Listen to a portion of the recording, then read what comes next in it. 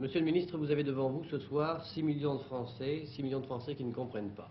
Ils ne comprennent pas comment l'Algérie, quelques jours après son accession à l'indépendance, est arrivée à une situation que l'on qualifie aujourd'hui de chaotique et que beaucoup de nos confrères comparent à celle qui se trouvait, qui animait le Congo il y a déjà quelque temps. Je voudrais vous demander, en première question, les origines profondes de cette crise. Je dirais tout d'abord que la situation ne ressemble pas du tout à ce que nous avons vu au Congo. C'est exagéré que de dire que c'est chaotique. Je dis tout simplement que c'est une crise qui concerne un cadre, le cadre dirigeant de notre révolution. C'est donc très restreint. Cela a pour origine la désignation d'un bureau politique décidé à Tripoli à la suite d'un vote à l'unanimité d'un programme qui lui-même se référait à la désignation d'un bureau politique. La procédure qui a été engagée n'a pas pu être menée jusqu'au bout, à la suite d'un incident qui a fait que le Conseil de la Révolution s'est séparé avant la fin des travaux. De toute façon, j'estime pour ma part que ce n'est qu'une question de procédure. Nous, personnellement, je suis venu à Paris après être passé par Alger, où j'ai vu à peu près tous les responsables de notre révolution.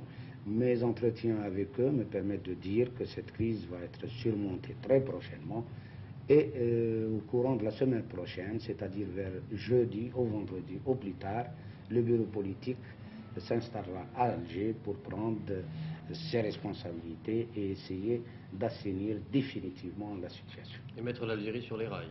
Évidemment.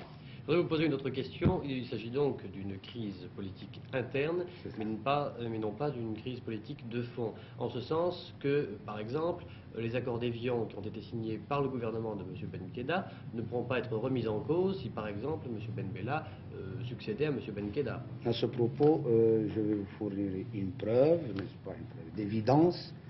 Les accords d'Évian n'ont été signés par le GEPRA qu'après avoir été signés par ceux qui se trouvaient à Aulnois, dont M. Ben Bella. Et vous-même. C'est-à-dire, et moi-même évidemment, c'est-à-dire avant la ratification définitive des accords d'Évian par le CNRA, ce furent et les premiers, ce sont les 5 qui se trouvaient à Aulnois qui les avaient signés. C'est, je crois, une preuve assez matérielle pour dire que ce n'est pas M. Ben Bella qui remettra en cause, n'est-ce pas, les accords d'Évian, bien au contraire. Autre sujet de préoccupation de l'opinion publique en France, les enlèvements d'Européens. Depuis quelque temps, depuis le 1er juillet, on a cité des chiffres, on parle, je crois, de 500 Européens et aussi des musulmans qui auraient été enlevés par des éléments de la LN ou des éléments incontrôlés. Depuis 3 ou 4 jours, on a assisté à des gestes de bonne volonté, des libérations ont été opérées à Oran et à Alger. Je voudrais vous demander si vous pensez, à votre avis, que le pouvoir pourra rapidement contrôler la situation suffisamment de telle manière que ces enlèvements n'aient plus lieu. Évidemment, je ne peux pas me prononcer sur le chiffre de 500, n'est-ce pas? Je suppose qu'il y a un grand nombre d'enlèvements. Je dis en passant que dans certaines wilayas, cela ne s'est pas produit, ne se produira jamais, et particulièrement dans les wilayas ouest, c'est-à-dire dans la wilaya 5, dans la wilaya 1, dans toute la wilaya 6, donc, qui est tout le sud algérien. Et ce n'est pas un espoir, mais c'est une certitude. Certitude que dès que le bureau politique s'installe à Alger, tout sera fait, absolument tout, pour qu'il n'y ait plus non plus des enlèvements, mais même pas des arrestations.